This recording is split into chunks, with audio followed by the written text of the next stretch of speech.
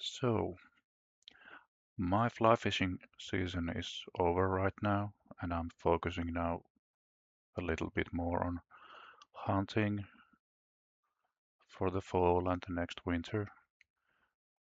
But I also like to tie flies still, and spey flies and salmon flies are generally something that I usually do in the winter time when I'm not actively fishing.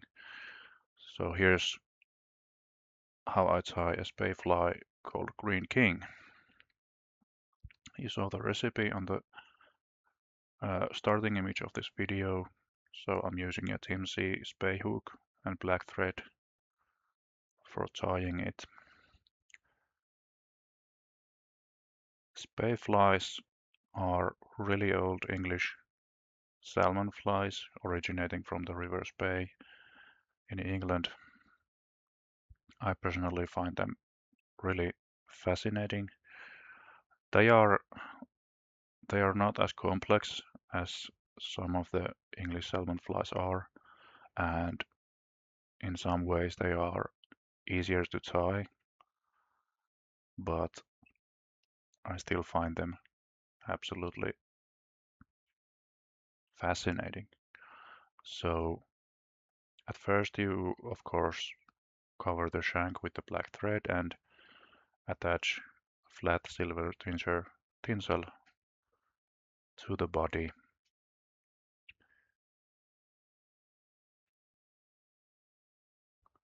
The tinsel goes below the hook shank, and we'll add another wire for the ribbing, this time small oval gold tinsel.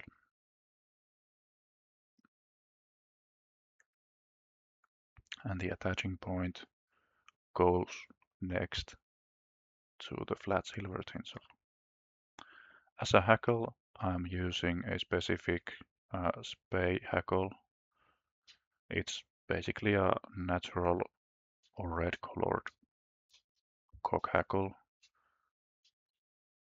and I strip the other side of the hackle off and tie it from the tip. When you tie it on, pay attention to which way the fibers are bending, and it's good to try it a little bit on the hook shank so that the fibers bend backwards. And so the hackle looks the right way when you attach it finally on the dubbing body.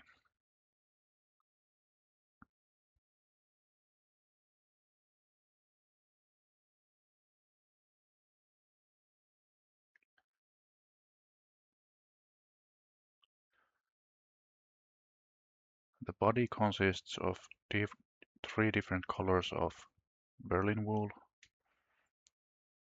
There's red, purple, and green, and I usually just mix them in my hands.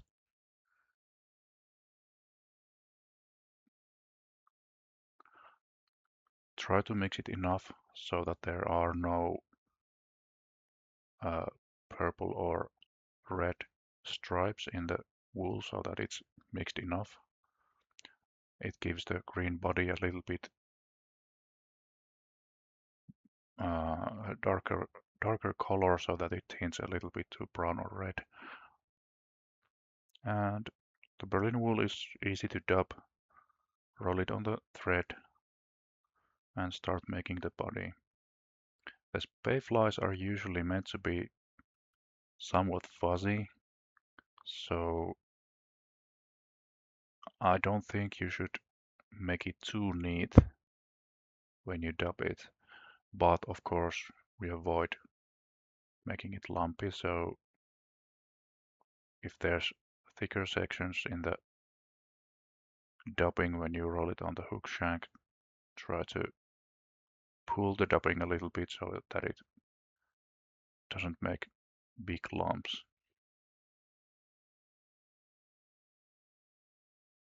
like so.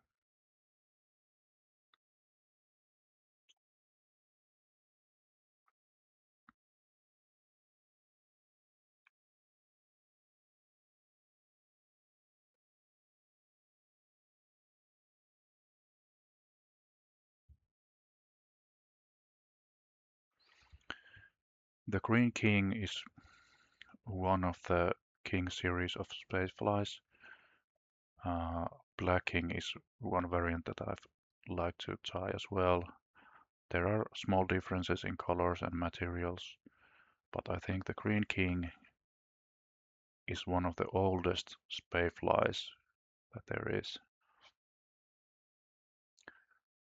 A lot of good information on spay flies can be found on Bob Veverka's book Spay Flies and How to Tie Them. So there's some recommended reading if you're into spay flies.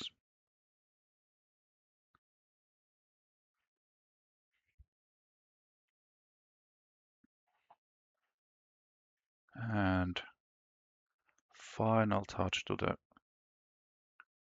behind the hook eye. You should make the dubbing quite close to the head of the hook eye. And then first we wrap the silver tinsel, try to make it even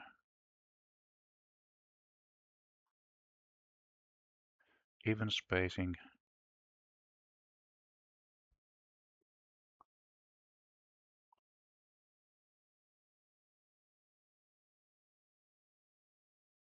And if you don't think it's good, you should always go back and make it right.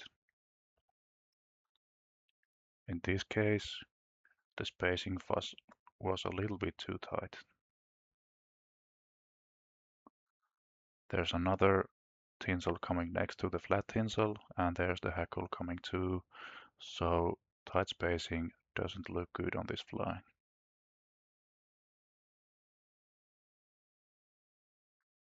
The attaching point should be below the hook shank, just as it started below the hook shank to make it look right.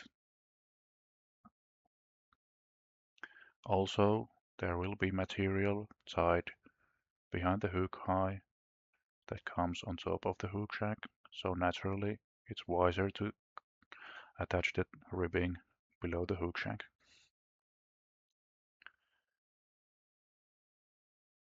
Then we'll take the gold tinsel, and here I am using the vise to rotate the body.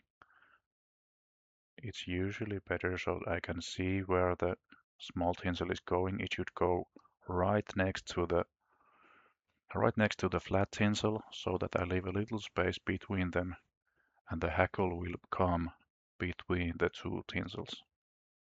And again, finishing the ribbing below the hook shank.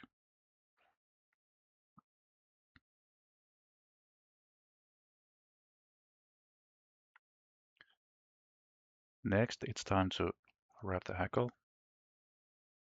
The hackle is quite long, so you can do it with your fingers or you can use a hackle plier. But you should wrap the hackle, as I said, between the two tinsels, the flat and the thin gold and silver tinsel. Don't worry how the hackle looks right now, you just focus on getting it into the right place.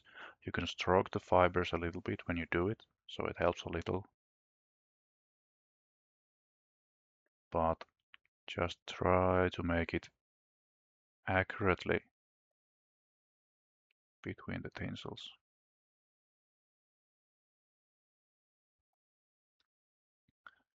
The hackle was just long enough for a 1/0 sized salmon hook, and you can wrap the rest straight to the ending point.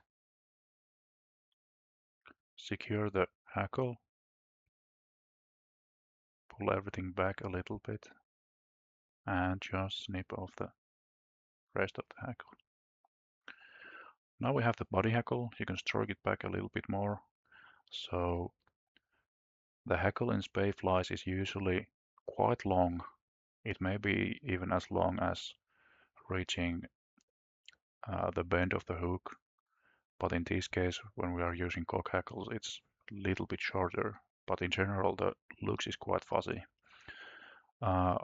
Next, we'll make the throat for the green king fly, and we'll use teal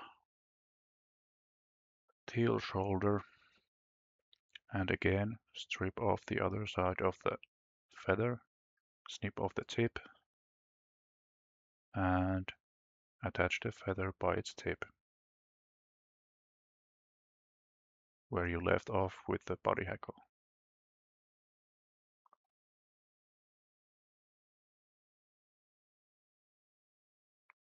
Attach it below the hook shank,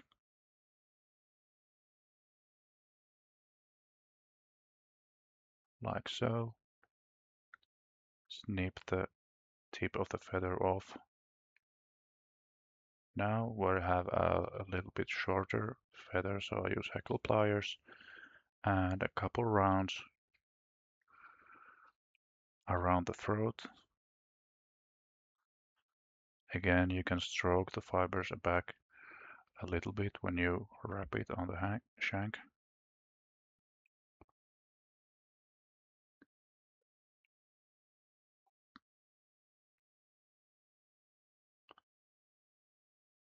Be careful and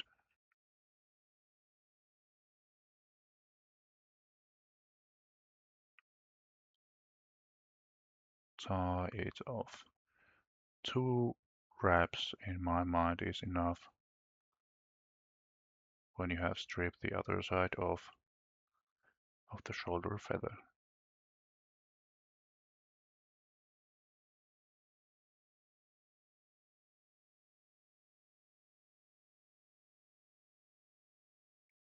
And finally snip off the tail feather. And now we have a really good looking body for the fly.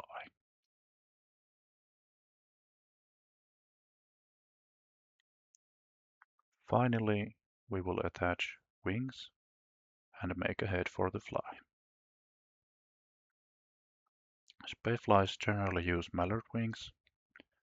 Uh, there are some flies that use, for example, turkey, but for example, all of the King series flies have mallard wings. To make the wing, you should look at the feather and pick good quality ones. There are color differences and differences in the length of the fibers and difference in the consistency of the fibers. So be careful when you pick them. You should stroke the fibers straight. They are usually a little bit curved when you snip the sections of the feather, and you should marry the feathers together, place them on top, check the length that it's okay, and hold them carefully on top of the shank. When you tie it, you take the thread and you tie it first round and then a couple of rounds on, and just then you release your grip from the mallard feathers. Snip off the waist ends.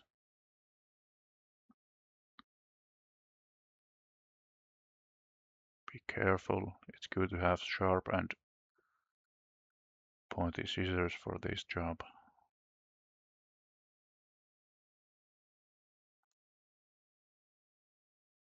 Great. Looking good. Secure it with a couple turns more. And we'll add another layer of mallard wings. So in the same style, you pick the strands, marry the wings, and fold them on top of the underwing. Check the length that it's okay. Hold them tight. First round between your fingers and tie it carefully, not too hard that the wings don't spring up, and then secure with a few rounds more.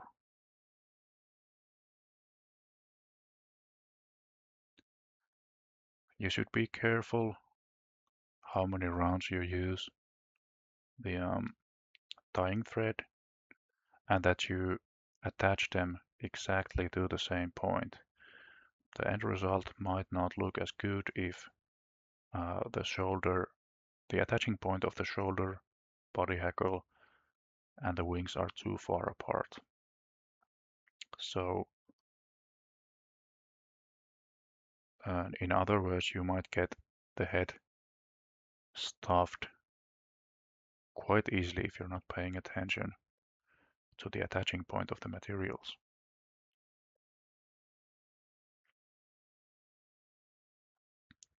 Take out the waist ends, and now we are close to finishing the fly.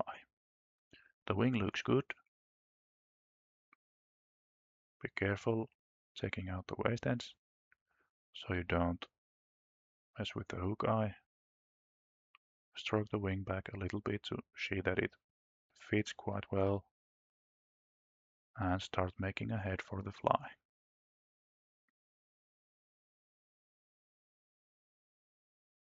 If there are visible ends of the wings, mallard wings, you should just cover it with the tying thread, but try not to make the head too big.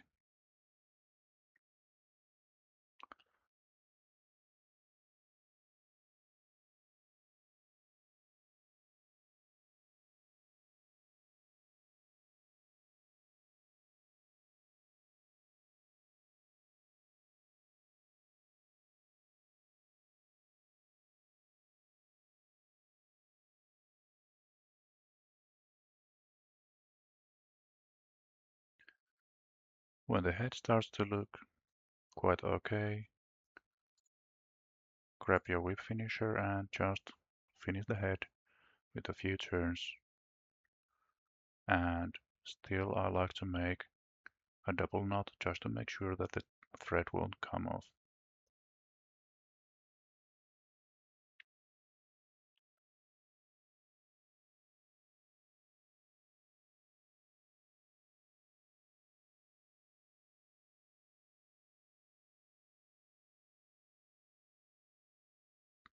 Snip off the thread and make final adjustments and apply a little bit varnish to the head and let it dry for a while.